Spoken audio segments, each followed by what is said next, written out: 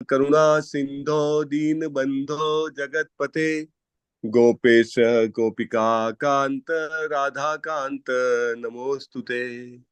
तप्त कांचन गौरांगी श्री राधे वृंदावनेश्वरी वृषभानु सुते देवी प्रणमामि हरिप्रिये। वाञ्छा कल्प तरुभ्यश्च कृपा सिंधुभ्य एव च पतितानां पावनेभ्यो वैष्णवेभ्यो नमो नमः। अनंत कोटि वैष्णव की जय। श्रीला प्रभुपाद की जय। ग्रंथराज श्रीमद् भागवतम की जय। सद्गुरुदेव की जय। नमो विष्णुपादाय कृष्ण पृष्ठाय भूतले श्रीमते भक्ति वेदांत स्वामिन इति नामिने। नमस्ते सारस्वते देव्ये गौरवाणी प्रचारिणे निर्विशेष शून्यवादी पाश्चात्य देश तारिणे। जय श्री कृष्ण चैतन्य प्रभु नित्यानंद श्री अद्वैत गदाधर श्रीवासादि गौर भक्त वृंद। हरे कृष्ण कृष्ण कृष्ण हरे हरे हरे हरे राम राम राम हरे। ओम नमो हरे कृष्ण। ओम नमो भगवते वासुदेवाय। ओम नमो भगवते वासुदेवाय। ओम नमो भगवते वासुदेवाय। ओम नमो भगवते वासुदेवाय। ओम नमो भगवते वासुदेवाय। ओम नमो भगवते वासुदेवाय। नारायणं नमस्कृत्य नरं चैव नरोत्तमम् नारायणं नमस्कृत्य नरं चैव नरोत्तमम् देवीं सरस्वतीं व्यासं ततो जयमुदीरये। देवी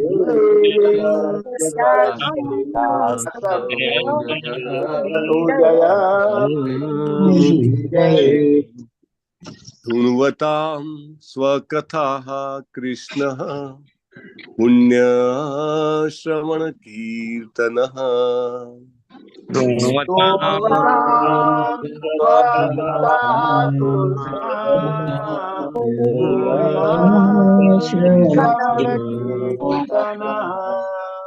हृदि अन्तःस्थो हि अभद्राणि विधुनोति सुहृत्सताम्।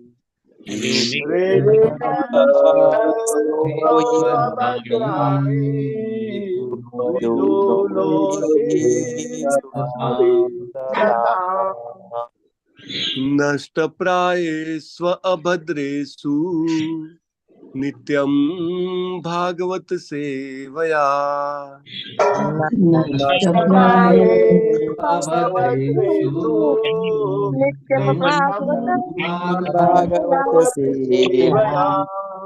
भगवती उत्तम श्लोके भक्तिर्भवति नैष्ठिकी। भगवती उत्तम श्लोके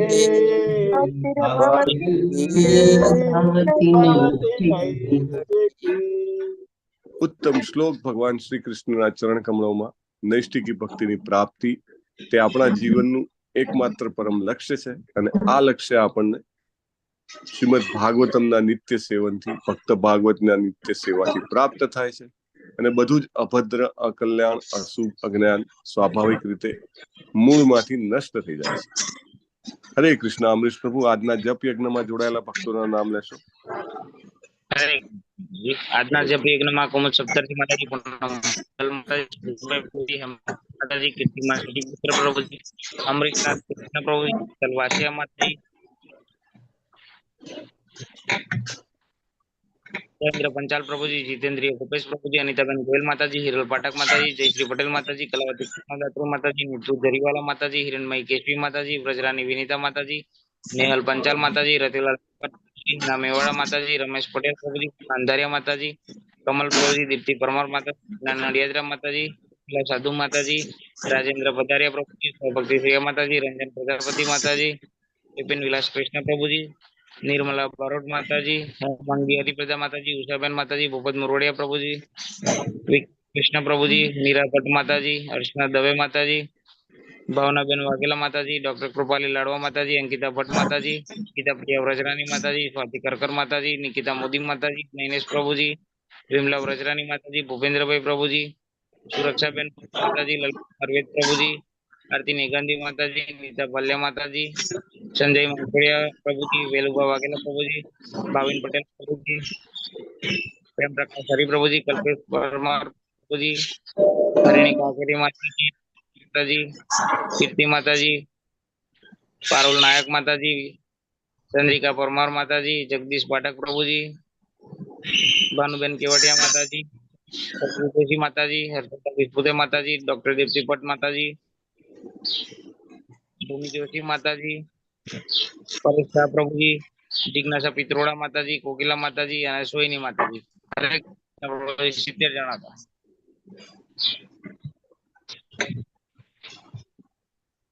હરે કૃષ્ણ. ધન્યવાદ પ્રભુ તમારી સેવા માટે અને જપ યજ્ઞમાં જોડાયેલા બધા જ ભક્તોનું હૃદયપૂર્વક અભિવાદન છે. So strength is increasing day by day અને મંદિર ઉદ્ઘાટનનું પાવન પ્રસંગ નજીક આવી રહ્યો છે અને હજી પણ આઈ થિંક ટ્રેનમાં ટિકિટ્સ અવેલેબલ છે, રાઈટ? સો જે કોઈ પણ ભક્ત હજી પણ નક્કી ન કરી શક્યા હોય તે નક્કી જલ્દીથી કરીને ભાગ લઈ શકે છે, રાઈટ? શ્રીમદ ભાગવતમ પ્રથમ સ્કંદ દ્વિતીય સ્કંદ પ્રથમ અધ્યાય શ્લોક નંબર 20. રજસ્તમોભ્યામાક્ષિપ્તમ વિમૂઢમ મન આત્મનઃ રજસ્તમો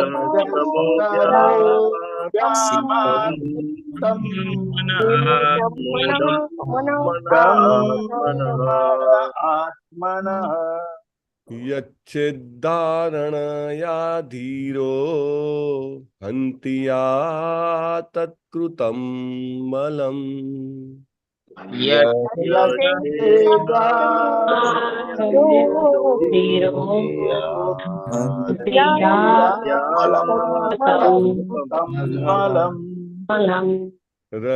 રજસ્તમોભ્યામ આક્ષિપ્તમ વિમૂઢમ મન આત્મનઃ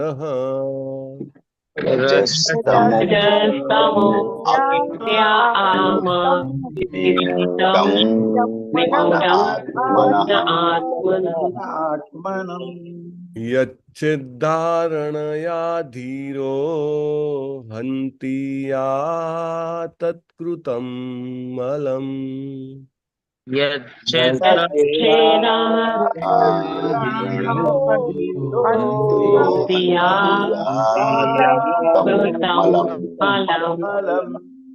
રજસ્તમોભ્યામાક્ષિપ્તમ વિમૂઢમ મન આત્મનઃ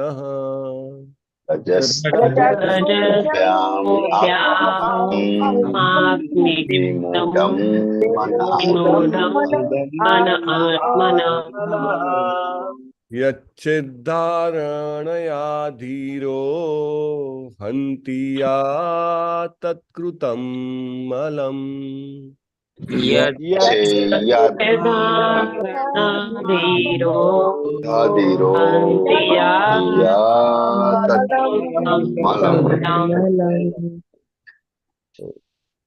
યસ રજસ્તમોભ્યા આક્ષિપ્તમ અને યચ્છેદ્ધા ધારણયા એકચ્યુઅલી 20 અને 21 શ્લોક છે એ ભગવાનની ધારણા ઉપર છે અને આખું જે માળખું છે એ ભગવાનને કેવી રીતે પામવા એની પદ્ધતિ ઉપર છે, તો ધારણા છે.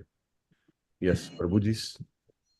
रजस्तमोभ्याम् आक्षिप्तम् विमूढम् मन आत्मनः रजस्तमोभ्यामाक्षिप्तम् मन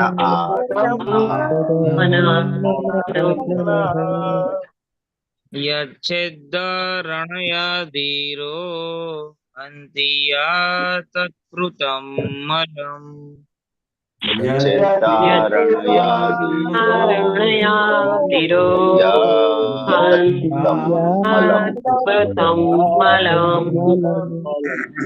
रजस्तमोभ्यामाक्षिप्तम् विमूढम् मन आत्मनः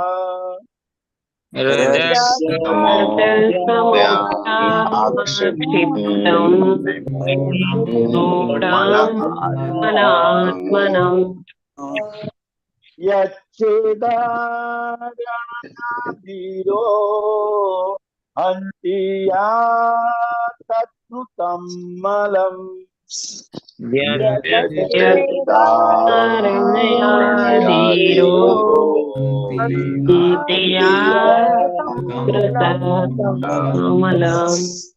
रजस्तमोव्यामाक्षितम् विमूढम् मन आत्मनः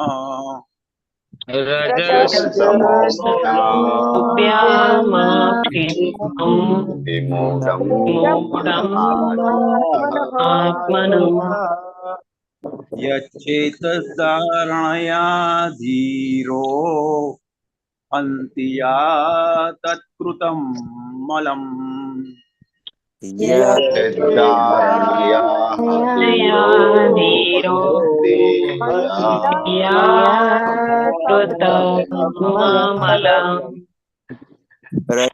रजस्तमोभ्याम् आक्षिप्तम् विमूढम् मन आत्मनः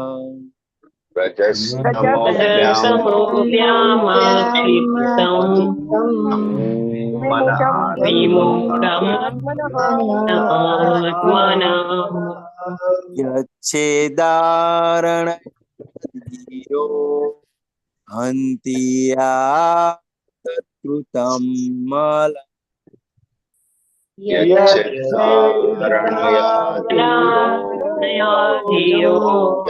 हन्ति या तत्कृतं मलम् रजस्तमोभ्याम् आक्षिप्तम् विमूढम् मन आत्मनः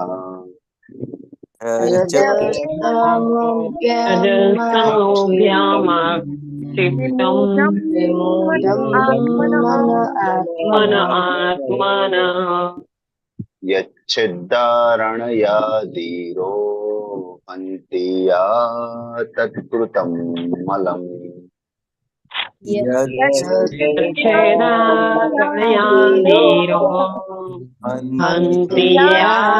तत्कृतं मलम् रजस्तमोभ्याम् आक्षिप्तम् विमूढम् मन आत्मनः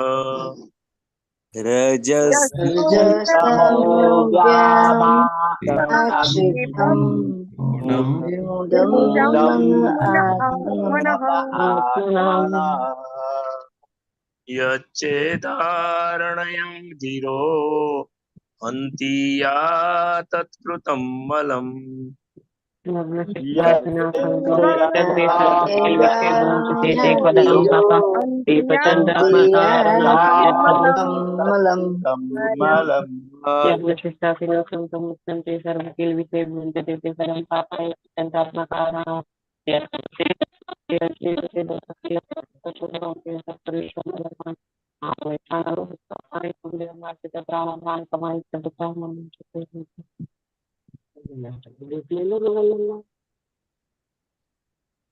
रजस्तमोभ्यामाक्षिप्तम् विमूढम् मन आत्मनः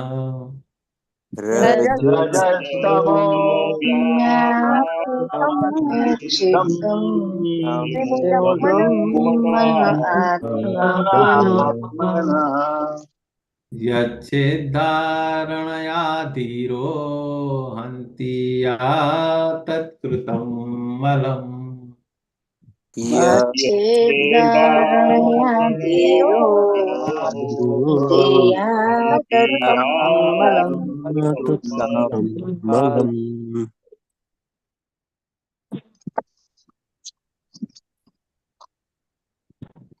रजस्तमोऽयमाक्षिप्तं विमूढं मन आत्मनः रजस्तमोऽयमाक्षिप्तं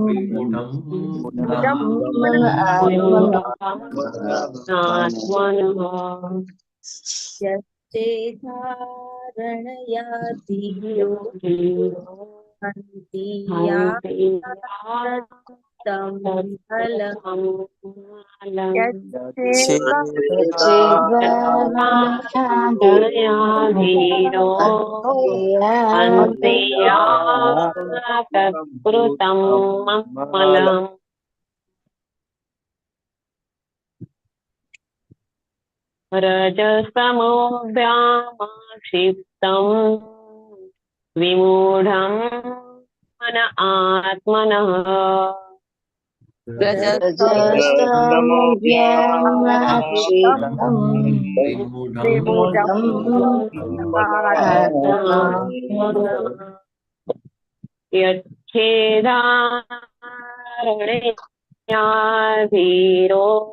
हन्ति या तत्तं फलम् यच्चेदारणया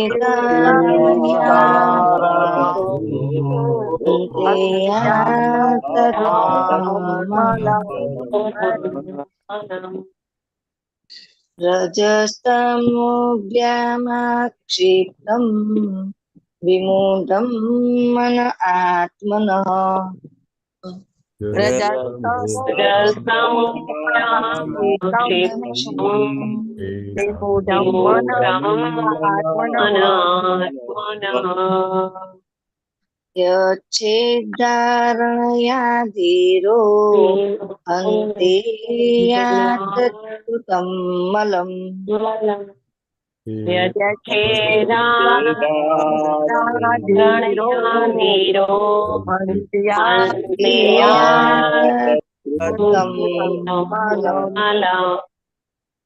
रजस्तमोऽभ्यामाक्षिप्तं विमूढं मन आत्मनः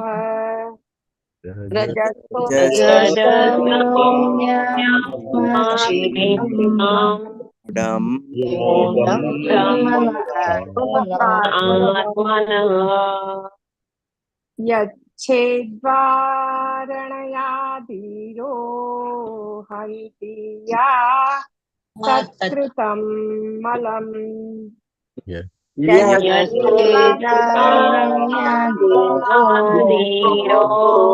हन्ति या तत्कृतं मलम्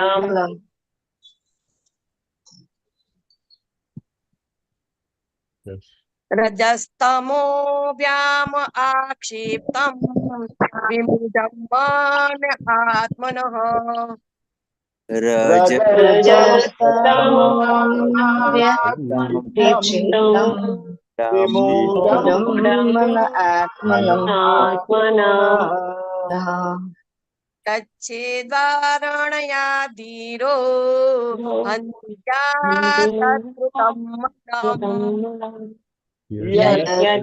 यच्छेदारणया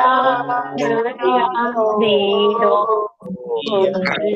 हन्ति या तत्कृतं मलम् रजस्तमोऽभ्यामाक्षिप्तं विमूढं मन आत्मनः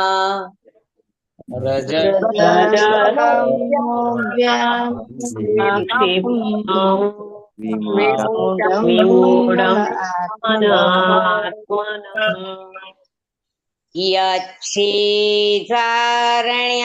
धीरो हन्ति या कृतं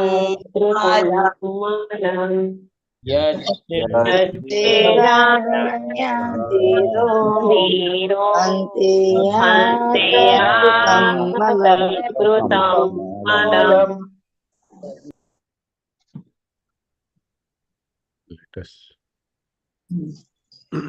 શબ્દાર્થ લેશું હવે આપણે.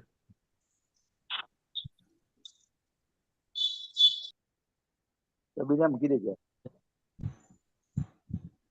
રાધા માધવ પ્રિય વિહારી ગોપીજન વલ્લભ ગિરિવર ધારી જય રાધા માધવ જય વિહારી યશોદાનંદન વ્રજજન રજ રજો ગુણ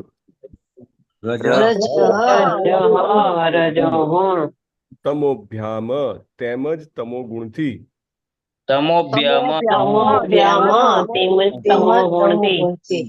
આક્ષિપ્તમ વિક્ષુબ્ધ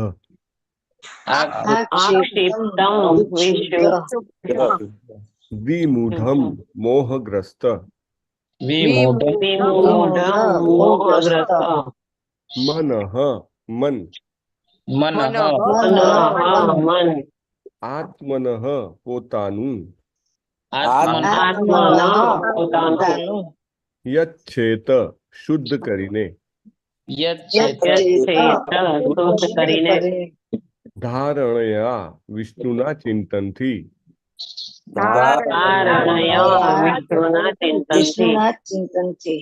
ધીરઃ શાંત થયેલો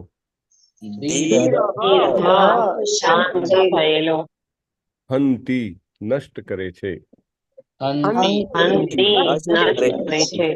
યા તે બધા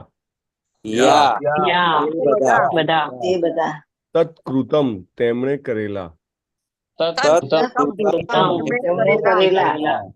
મલમ દૂષિત કર્મ દોષ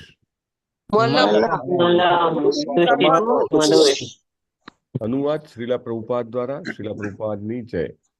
મનુષ્યોનું મન હંમેશા ભૌતિક પ્રકૃતિના રજોગુણથી વિક્ષુબ્ધ થાય છે અને તમોગુણથી મોહગ્રસ્ત બને છે.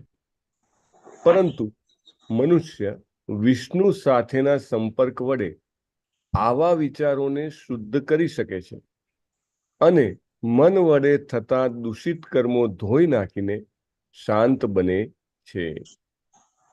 શરદ પ્રભુ. હરે કૃષ્ણ પ્રભુજી. હરે કૃષ્ણ. ભાવાર્થ શ્રી શીલા પ્રભુપાદ કી જય.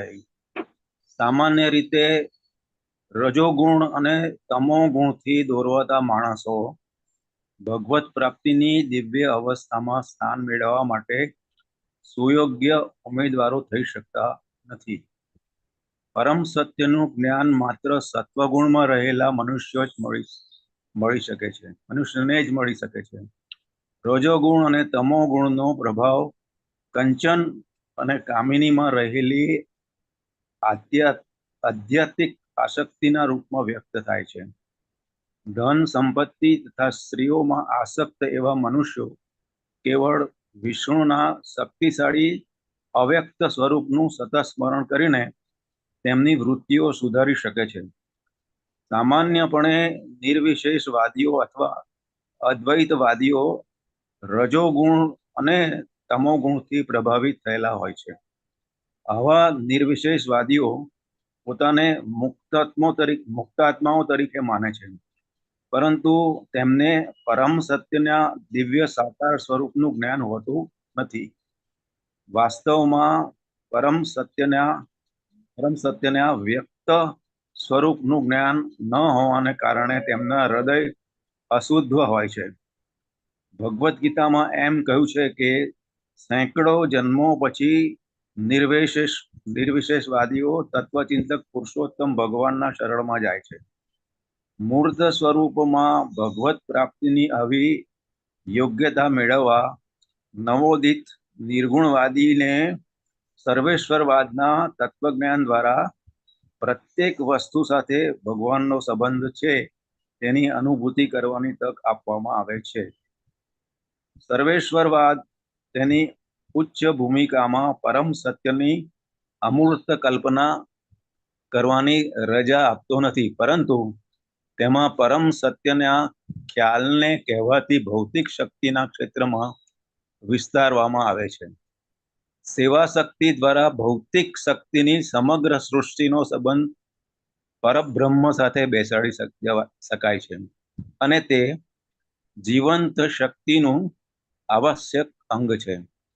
ભગવાનના શુદ્ધ ભક્તો સેવાની આ વૃત્તિ દ્વારા દરેક વસ્તુને તેના આધ્યાત્મિક અસ્તિત્વમાં ફેરવી નાખવાની કલા જાણે છે, અને તે ભક્તિના માર્ગે જ સર્વેશ્વરવાદનો સિદ્ધાંત પૂર્ણત્વ પ્રાપ્ત કરી શકે છે. હરે કૃષ્ણ પ્રભુજી. હરે કૃષ્ણ. ધન્યવાદ પ્રભુજી. ઓમ અજ્ઞાનતિમિરાંધસ્ય જ્ઞાનાંજન શલાકયા ચક્ષુરુન્મિલિતમ યેન તસ્મૈ શ્રી ગુરુવે નમઃ. નમો વિષ્ણુપાદાય કૃષ્ણપ્રેષ્ઠાય ભૂતલે શ્રીમતે ભક્તિવેદાંત સ્વામિનિતિ નામિને. નમસ્તે સારસ્વતે દેવ્યે ગૌરવાણી પ્રચારિણે નિર્વિશેષ શૂન્યવાદી પાશ્ચાત્ય દેશતારિણે. શિલા પ્રભુપાદ કી જય. સો આજે શ્લોક છે તેમાં રજોગુણ અને તમોગુણથી આપણે બધા કેવી રીતે ત્રસ્ત છીએ અને ભગવાન શ્રી કૃષ્ણના ની સેવાથી આપણે કેવી રીતે તેનાથી પરે આવી શકીએ છીએ તે આપણને અહીંયા આગળ સમજાવવામાં આવ્યું છે. ભગવાન ભગવદ્ ગીતામાં પણ કહે છે કે ત્રૈગુણ્ય વિષયા વેદા નિસ્ત્રૈગુણ્યો ભવાર્જુન. આ 3 ગુણથી ઉપર આવ્યા વગર આપણું આધ્યાત્મિક વિકાસ શક્ય નથી. અને 3 ગુણથી ઉપર આવવું કેટલું અઘરું છે. દૈવી હેષાત ગુણમયી મમ માયા દુરત્યાય. ભગવાન કહે છે મામેવ એ પ્રપદ્યંતે માયા મેતામ તરંતી તે. એટલે ભગવાને રસ્તો પણ બતાવ્યો છે, પણ ડેફિનેટલી આ વસ્તુ એવી છે કે જે ખૂબ મુશ્કેલ છે. મુશ્કેલ શા માટે છે? મુશ્કેલ એટલા માટે છે કે આપણે જન્મથી અને આ જન્મમાં પણ જ્યારથી જન્મ્યા ત્યારથી અત્યાર સુધી આપણે અનેક પ્રકારની ઈચ્છાઓ કેળવતા આવ્યા છીએ, અને પ્રત્યેક ઈચ્છા એ આપણી ચેતના ઉપર ભોંકવામાં આવેલો એક કાંટો છે. કંઈક ખાવાની ઈચ્છા, કંઈક જોવાની ઈચ્છા, કંઈક પહેરવાની ઈચ્છા, કંઈક સ્પર્શ કરવાની ઈચ્છા, કંઈક સૂંઘવાની ઈચ્છા, કંઈક સાંભળવાની ઈચ્છા. આ બધી ઈચ્છાઓ જે છે એ રજોગુણ અને તમોગુણનું પ્રતિનિધિત્વ છે. અને એના કારણે આપણે જે ખરેખર મનુષ્ય જીવનનો ઉપયોગ કરવાનો છે તે કરતા નથી. અને જેવી રીતે કહેવાય કે કાંટો કાઢવા માટે કાંટાની જરૂર છે, અને કાંટા વડે જ કાંટો નીકળે. વ્યક્તિ એમને બહુ પ્રયત્ન કરે છતાં પણ જો બીજું કોઈ તીક્ષ્ણ વસ્તુ ના હોય, સોય કે બીજો કાંટો ના હોય, તો જે ઓરિજિનલ કાંટો ઘૂસેલો હોય વધારે ને વધારે ઊંડો ઉતરતો જાય. આપણને બધાને અનુભવ છે, ક્યારેક ને ક્યારેક આપણને ખેતરમાં કે ગામમાં ફળિયામાં ચાલવાનું મળ્યું હોય અને કાંઈક કાંટો વાગ્યો ન હોય એવું કોઈને બન્યું જ ના હોય. અને અહીંયા આગળ સેમ છે કે આપણે એટલા બધા કાંટા આપણી ચેતનામાં ભોંકેલા છે આ બધી ઈચ્છાઓના, તો એ કાંટાઓના કારણે આપણે આપણી આધ્યાત્મિક પ્રગતિ કરી શકતા નથી.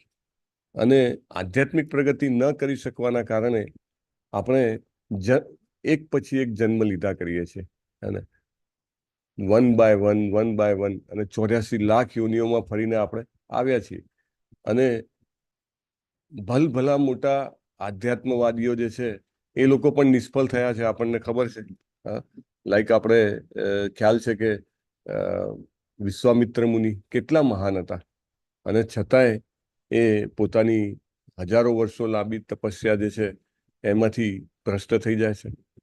એવો જ બીજો દાખલો આવે છે સૌભરી મુનિનો ભાગવતમમાં, કે જે યમુનાજીના તળિયે ધ્યાન કરવા બેઠા હોય છે, અને હજારો વર્ષોના ધ્યાન પછી પણ એ ક્ષુબ્ધ થઈ જાય છે અને પોતાની જે આધ્યાત્મની જર્ની હોય છે એ એમને સ્ટોપ કરી દેવી પડે છે.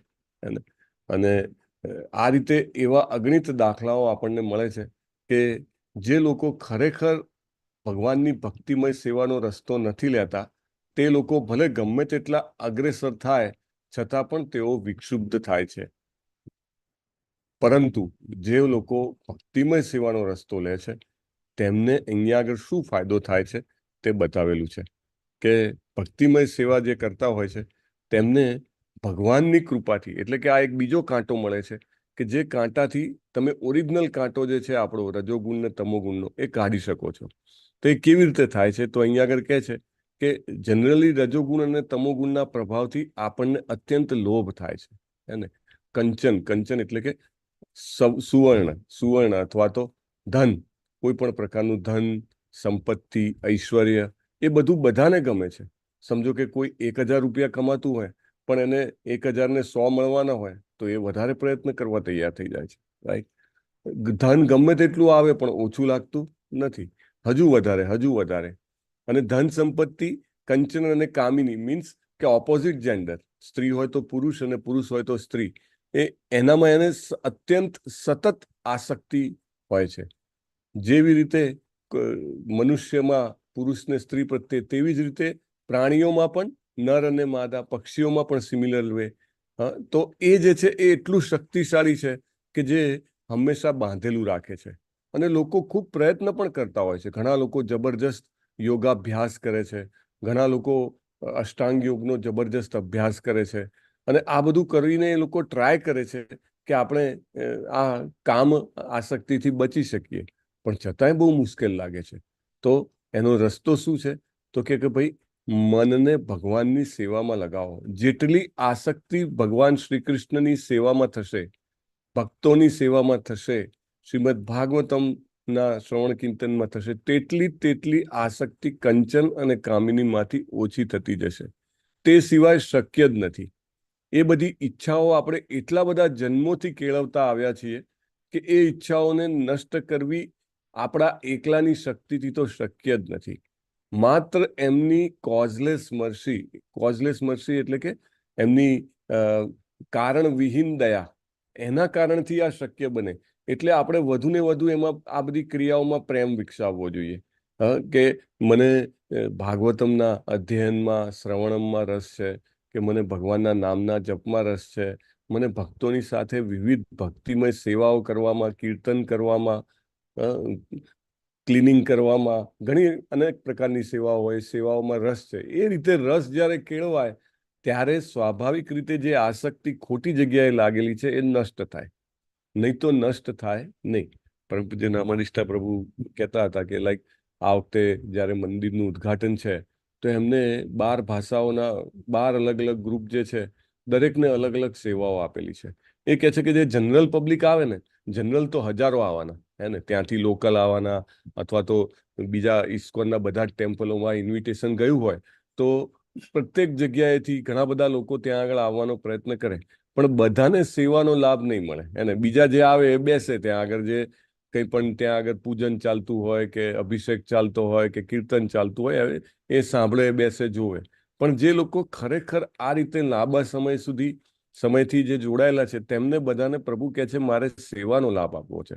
કારણ કે આવી સેવા, મંદિર ઉદ્ઘાટન સમયે જે સેવાઓ મળે, એ સેવાઓ મળવાથી આપણે આપણી જાતને પાવન કરી શકીએ છીએ. હે ને? ખાલી પ્રસંગમાં બેસીને જોવું એ એક વાત છે, પણ એમાં સર્વ કરવું, એનાથી શું થશે? તો કે આપણી આ જે બધી ઈચ્છાઓ જે છે એ બધી ઈચ્છાઓ, અને ખાસ કરીને કંચન અને કામિનીની ઈચ્છાઓ, એ જે ઈચ્છાઓ જે આપણે જન્મથી પાળતા આવ્યા છીએ તેનો નાશ થશે. કોઈ કહે કે આવું કેવી રીતે થાય? તો જુઓ, તાદ્દસ ઉદાહરણ છે આપણી પાસે જગાઈ અને મધાઈનું.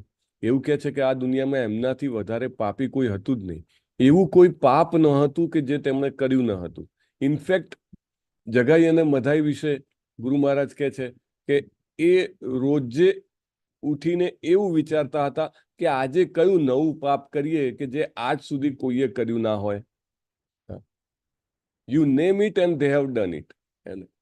એવું કંઈ જઘન્ય કૃત્ય નથી આ વિશ્વમાં કે જે એમણે ન કર્યું હોય. અને એવા વ્યક્તિ પણ ભક્તિમય સેવાથી કમ્પ્લીટ હાર્ટ ટ્રાન્સફોર્મેશન, હૃદય પરિવર્તન થઈ ગયું એમનું.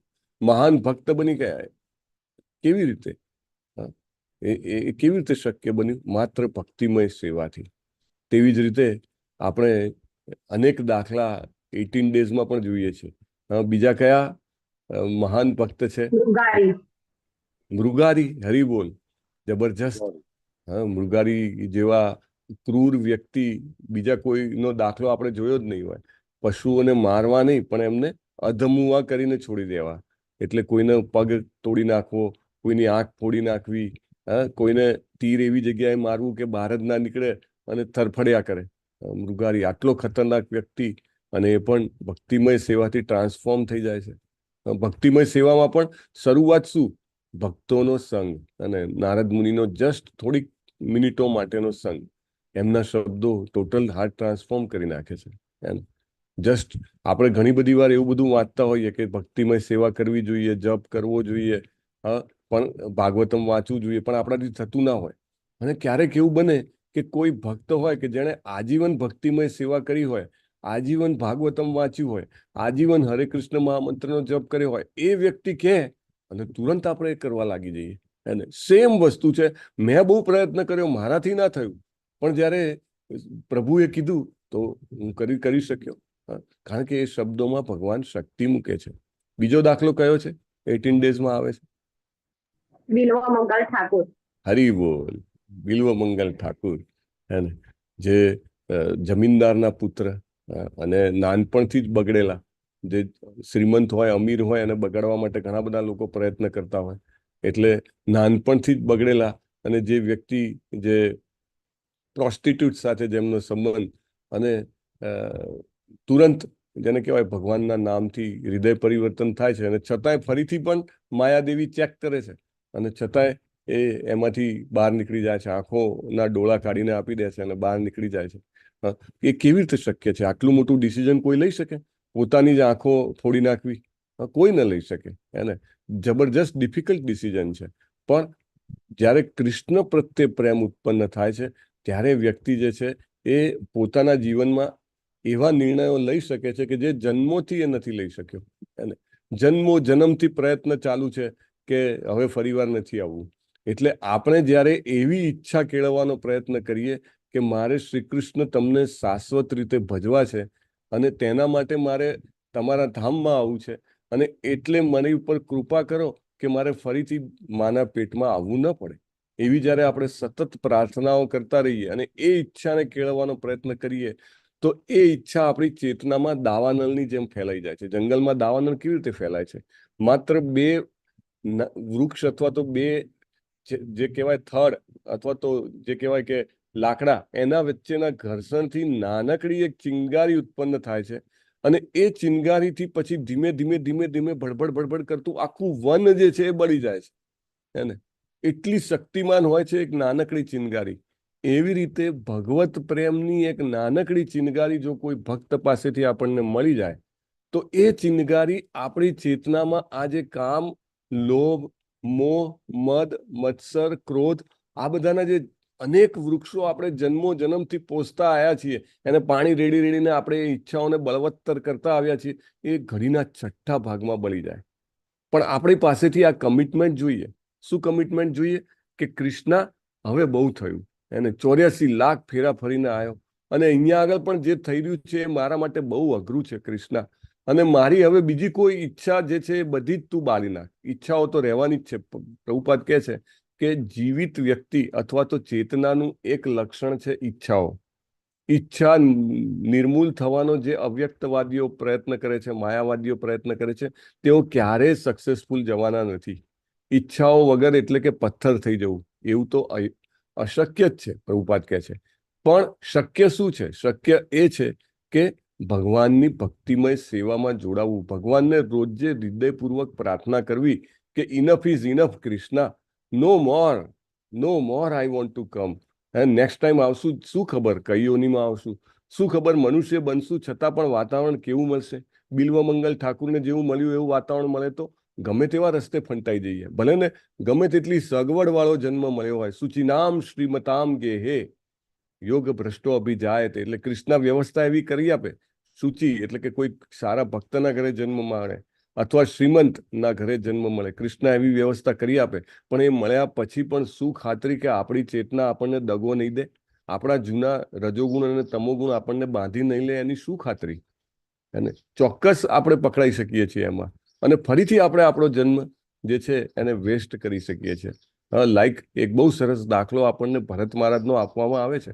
ભરત Maharaj was a great devotee, right. Prabhupada લખે છે કે જ્યારે એમને રાજ્યનો ત્યાગ કર્યો ત્યારે એવા ચક્રવર્તી સમ્રાટ અને પોતાની યુવાનીમાં, એ પણ નહીં કે વૃદ્ધાવસ્થામાં, અને બધા જ કુટુંબીજનો અને જે પ્રજાજનો છે બધા જ ભક્તિવાળા હતા, છતાં પણ એમને ત્યાગ કર્યો. અને પ્રભુપાદ લખે છે he left everything as if like a person leaves the stool. મળ ત્યાગ કરીને મળની સામે કેમ જોતા નથી, એટલો જબરદસ્ત એમનામાં વૈરાગ્ય હતો, રાઈટ.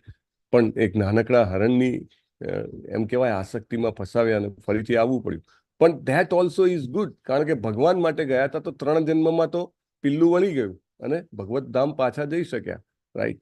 સો આપણી સતત એવી પ્રાર્થના હોવી જોઈએ. ઈશોપનિષદમાં 13મા શ્લોકમાં પણ સેમ વસ્તુ કહેવામાં આવી છે કે ભગવત ભક્તિ કરવાનો જે લોકો પ્રયત્ન કરે છે એને, આમ આપણે જે આપણી ભૌતિક આસક્તિ હોય, આપણી બધી લાલસાઓ હોય કે ધન કમાઈ લઉં, આવું સરસ મોટું વિશાળ મહેલ જેવું ઘર બનાવીને ભોગવું, અથવા તો બહુ જેને કહેવાય કે ઇમ્પોર્ટેડ વ્હીકલ લાવીને એમાં ફરવું, સમાજમાં મારું નામ થાય એવા મોટા મોટા કાર્ય કરું, આ બધું જે છે એ આપણું ક્યારે છૂટે? એમને એમ ના છૂટે. છૂટવાથી કંઈ થોડું, છોડવાની ઈચ્છા કરવાથી થોડું છૂટે.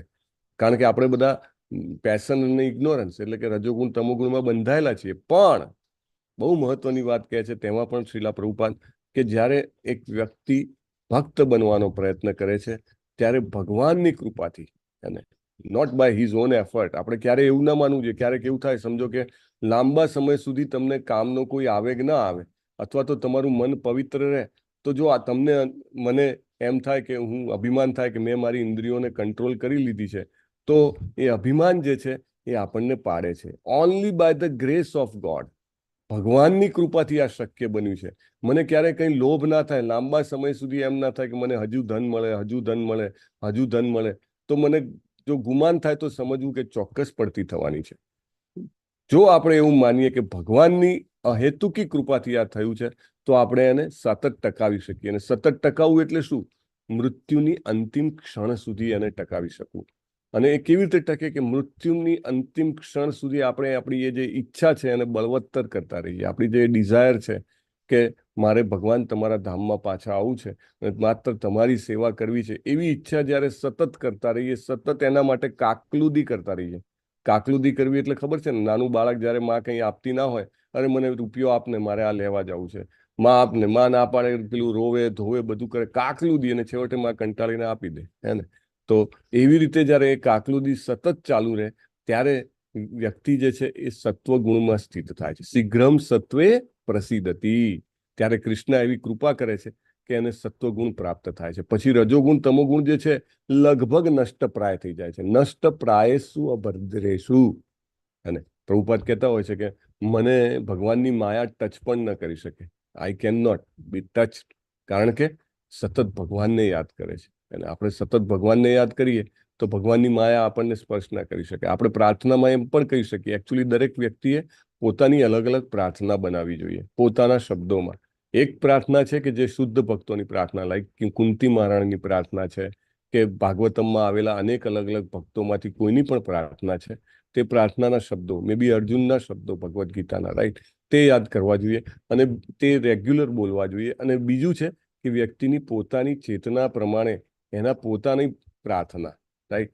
તો એ પ્રાર્થનામાં એ ભગવાનને એવું પણ કહી શકે કે ભગવાન, મને હવે ઘણા જન્મોથી અથવા ઘણા વર્ષોથી હું માયાદેવીની સેવા કરી રહ્યો છું અને આ કંચન અને કામિની, રજોગુણ અને તમોગુણની સેવામાંથી ઊંચો જ નથી આવતો. હજી પણ મને ગમે છે કે હું ફલાણી જગ્યાએ આમ જોવા જવું, આમ ફરવા જવું, આવું પહેરવું, આવું કરું, આવું મહાન બનવું, માન પૂજા પ્રતિષ્ઠાની ઈચ્છા, હે ને, જેવી રીતે પરમ પૂજ્ય નામનિષ્ઠા પ્રભુ કહે છે, માન પૂજા પ્રતિષ્ઠાની ઈચ્છા પણ એક રજોગુણની નિશાની છે. એને લોકો મને માન આપે, મારી પૂજા કરે, મારી પ્રતિષ્ઠા કરે. અથવા એ ન હોય તો એક સૂક્ષ્મ રજોગુણ શું છે કમ્ફર્ટની ઈચ્છા. કમ્ફર્ટ એટલે કે આરામની ઈચ્છા. અરે સરસ મજાનું આનંદદાયક વાતાવરણ હોવું જોઈએ, નયન રમ્ય દ્રશ્ય હોવા જોઈએ, પહેરવા માટે ભાલ એટલે કે સારા કપડાં હોવા જોઈએ, ખાવા માટે સારું ખાવાનું હોવું જોઈએ. તો આ બધી શું છે? Desire for comfort. એને ઘરમાં સારા કુટુંબીજનો હોવા જોઈએ, સમાજમાં નામ હોવું જોઈએ. તો આ બધું જે છે એ શું છે? ડિઝાયર ફોર કમ્ફર્ટ એટલે કે આરામની ઈચ્છા છે એને.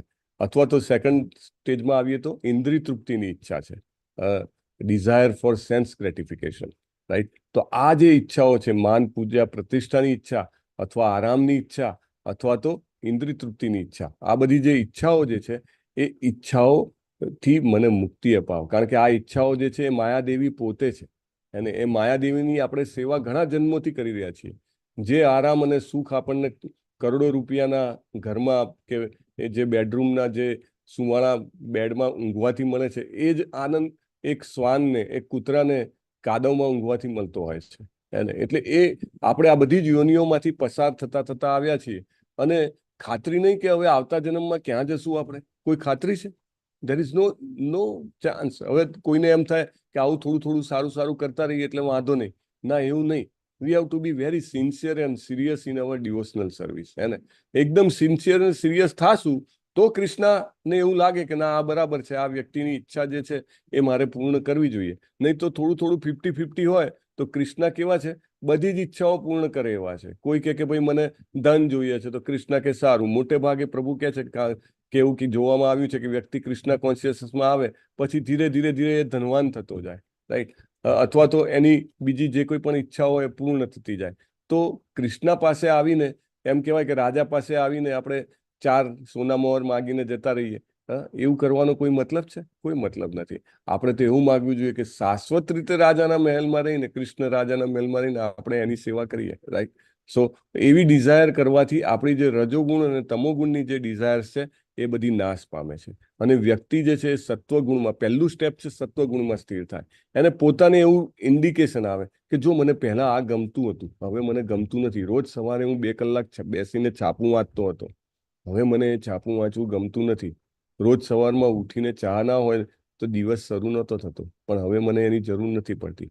દિવસમાં કોઈની જોડે અડધો કલાક, 2 કલાક ગપ્પા ના માર્યા હોય, કે કંઈ વાતો ના કરી હોય રાજકારણની, કે કંઈ બી કોઈની ખોટખાણી ના કરી હોય તો મને સંતોષ નહોતો થતો. હવે મને એ ગમતું નથી.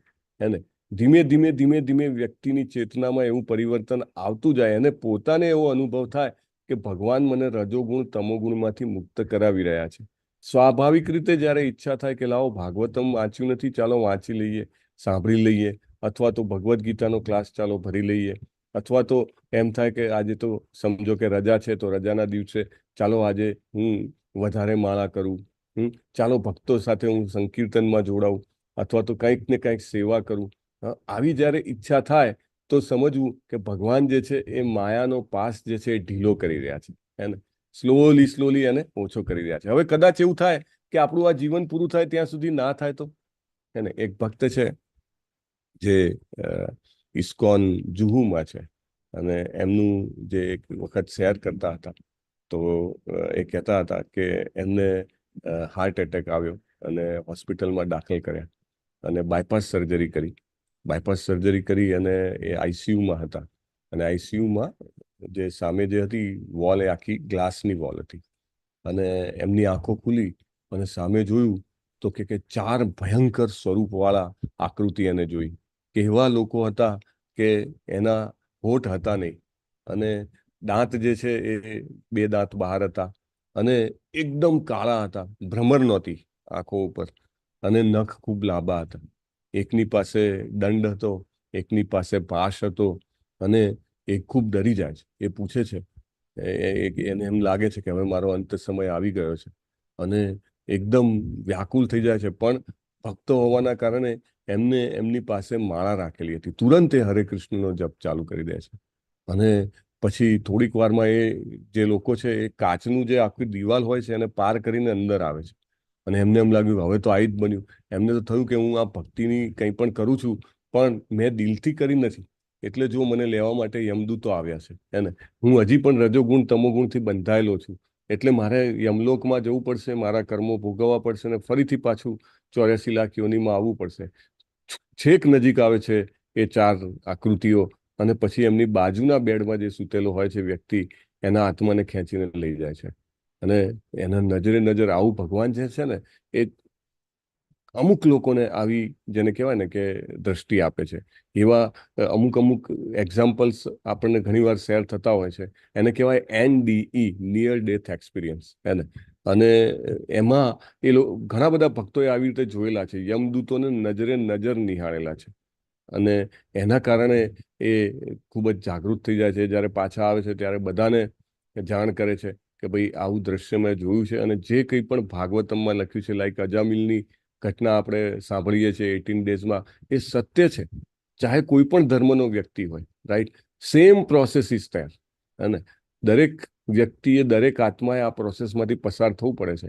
એટલે ઇન કેસ સમજો કે વ્યક્તિની પૂરેપૂરી રજોગુણ તમોગુણની ઈચ્છાઓ ન ગઈ હોય તો પણ એન્ડ સમયે કૃષ્ણ જે છે, જો આખી જિંદગી અને પ્રયત્ન કર્યો હોય તો કૃષ્ણ પછી પાછું પલટી પર કાઢે છે.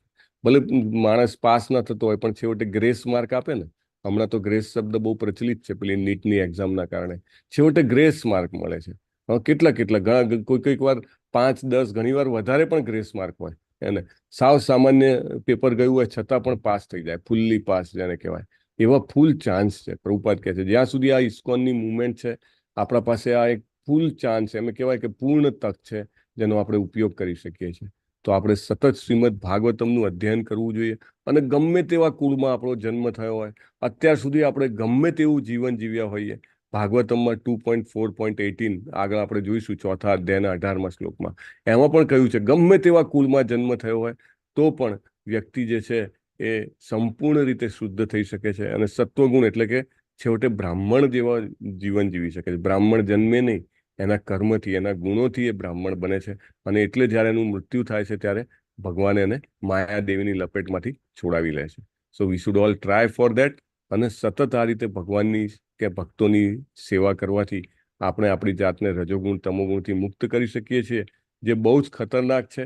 અને આપણે બીજા લોકોની સાથે કમ્પેર ન કરીને ભક્તોની સાથે આપણી જાતને રાખીને બચાવી લેવી જોઈએ. વાંછા કલ્પતરુભ્યશ્ચ કૃપા સિંધુભ્ય એવ ચ પતિતાનામ પાવનેભ્યો વૈષ્ણવેભ્યો નમો નમઃ. અનંત કોટિ વૈષ્ણવવૃંદ કી જય. શ્રીલા પ્રભુપાદ કી જય. ગ્રંથરાજ શ્રીમદ ભાગવતમ કી જય. ભાગવતમ કી જય, સદગુરુ દેવ કી જય. હરે કૃષ્ણ કૃષ્ણ કૃષ્ણ હરે હરે, હરે રામ રામ રામ હરે હરે. હરે કૃષ્ણ. હરે કૃષ્ણ. દંડવત પ્રણામ હરે પ્રભુજી. કૃષ્ણ. દંડવત પ્રણામ. હરે કૃષ્ણ. હરે કૃષ્ણ. અમરીશ પ્રભુજી. હરે કૃષ્ણ પ્રભુજી. નિકિતા મોદી માતાજીએ સુદામા સેવા કરેલી છે. તો આપણે બધા નિકિતા મોદી માતાજીને માટે પ્રાર્થના કરીશું કે તેમને ભગવાન શ્રી કૃષ્ણના ચરણ કમળોમાં નૈષ્ઠિકી ભક્તિભરી પ્રેમમય સેવા પ્રાપ્ત થાય. અને આજના શ્લોકમાં જેવી રીતે કીધું છે તેવી રીતે તેઓ પોતાની ભક્તિને વિકસાવીને રજોગુણ અને તમોગુણના પાસમાંથી પોતાને છોડાવી શકે. તો આપણે બધા સાથે મળીને હરે કૃષ્ણ મહામંત્ર બોલીશું. હરે કૃષ્ણ હરે કૃષ્ણ કૃષ્ણ કૃષ્ણ હરે હરે રામ રામ હરે રામ રામ હરે હરે હરે હરે કૃષ્ણ પ્રભુજી. હરે દંડવત પ્રણામ. હરે કૃષ્ણ પ્રભુજી. હરે કૃષ્ણ માતાજી. હરે કૃષ્ણ. દંડવત હરે પ્રણામ. કૃષ્ણ મંગળવારે પ્રભુજી. દંડવત પ્રણામ. દંડવત પ્રણામ. હરે કૃષ્ણ. મંગળવારે નિર્જળા એકાદશી છે. હરે કૃષ્ણ. અને નિર્જળા એકાદશીના દિવસે નિર્જળા ન થાય તો કઈ નહીં, પરંતુ ચોક્કસ આખો દિવસ જે છે એ ભગવત ભક્તિ માટે ઉપયોગ કરવાનો અત્યારથી જ પ્લાન કરી લેવાનો, હે ને. કે કંઈ પણ તમારું કાર્ય હોય એવી રીતે સમય કાઢવાનો પ્રયત્ન કરો કે જેથી એ દિવસે વધુમાં વધુ ભગવત ભક્તિમય સેવા થઈ શકે, જપ થઈ શકે, ભગવદ્ ગીતાના આપણા જે શ્લોકોનું પઠન થાય છે તેમાં, અથવા તો કોઈ પણ રીતે ભાગવતમ વાંચીને કે ભક્તોના સંગમાં રહીને આપણે આપણા જીવન સફળ કરી શકીએ. અગર આખા વર્ષમાં કોઈ એકાદશી ન થઈ હોય તો એવું કહેવાય છે કે આ દિવસે જો એકાદશી આપણે કરીએ તો આપણને તે આખા વર્ષની એકાદશીનું જે ફળ છે એ પ્રાપ્ત થાય છે. એટલે very important day, only one day in a year, right? So we should all try to do that. બીજી કોઈ એનાઉન્સમેન્ટ છે અમરીશ પ્રભુજી? નવી બેચ પ્રભુજી જુલાઈ 15 ની જાહેર થઈ ગઈ છે L1 માટે. ઓહો, તો તો એનું રજીસ્ટ્રેશન કરાવી શકે છે બધા, રાઈટ? અને પોતાના ફેસબુક છે કે વોટ્સએપ સ્ટેટસ છે બધાની અંદર એ મૂકી શકે છે. હા, કેમ કે પેડ જાહેરાત નથી કરવાના, એટલે જેટલા પણ આપણા જે જોડાયેલા છે બધા પોતપોતાના each one bring one campaign ચાલુ છે એ રીતે. ઓહો, ઓકે. તો બધાને વિનંતી છે કે આ જે 15 જુલાઈની બેચ ચાલુ થાય છે સૌથી પહેલા તો પોતાનું રજીસ્ટ્રેશન કરાવી લો, અને બીજું તમારી જાણમાં ઓળખમાં જે કોઈ પણ હોય તેમને પ્રેરણા કરીને એમને જોડાવાનો પ્રયત્ન કરો. જો આપણે ઘણી બધી ઘટનાઓ આજે વાત કરી, બિલ્વમંગલ ઠાકુરની ઘટના કે મુરગારીની ઘટના, બધા જ જે જબરજસ્ત પ્રસંગો છે, હાર્ટ ટ્રાન્સફોર્મિંગ સ્ટોરીઝ, એ બધી જ ભાગવતમમાંથી પ્રભુએ લેવલ 1ના પ્રેઝન્ટેશન્સમાં લીધેલી છે. એટલે અને આપણે જોયું છે કે આપણા જ જીવનમાં લેવલ 1 એટેન્ડ કરવાથી કેટલું બધું પરિવર્તન આવ્યું છે. તેનો લાભ બધા લોકોને મળે તેવો પ્રયત્ન કરશો, અને પોતાના વોટ્સએપ સ્ટેટસમાં કે ફેસબુકમાં કે જ્યાં આગળ પણ તમે જો એક્ટિવ હો તો ત્યાં આગળ આ જે એડવર્ટાઇઝ મૂકીને તેનો પ્રચાર કરવા માટે હેલ્પ કરશો. કારણ કે અધરવાઇઝ જે માર્કેટિંગ જે કહેવાય કે એ હવે કામ નથી કરતું. એટલે માત્ર ને માત્ર આપણા પર્સનલ રેફરન્સથી જ આપણે આ અભિયાનને આગળ લઈ જઈ શકશું. તો જેવી રીતે કહે છે ને કે સ્વલ્પ પ્રયત્ન, માત્ર નાનકડો પ્રયત્ન પણ કરશું તો કૃષ્ણ એને ગણશે. આપણને લાગે આપણાથી શું થાય, પણ એકાદ વ્યક્તિ પણ આવી શકે તો કૃષ્ણની અદ્ભુત કૃપા પ્રાપ્ત થાય છે. સો બધાને વિનંતી છે કે કૃપા કરીને આ પ્રયત્ન કરશો, અને ઈચ વન બ્રિંગ વન જે છે સૂત્ર, એને આપણે સફળ બનાવીને એટલીસ્ટ આપણા ગુજરાતીના બધા જ જે 4 બેચ છે, plus I think other kids batch કે જે કંઈ પણ છે તેમાં રજીસ્ટ્રેશન કરાવીએ તેવી આપ સર્વોને પ્રાર્થના છે. હરે કૃષ્ણ. હરે કૃષ્ણ. હરે કૃષ્ણ. હરે કૃષ્ણ. ધન્યવાદ. હરે કૃષ્ણ. હરે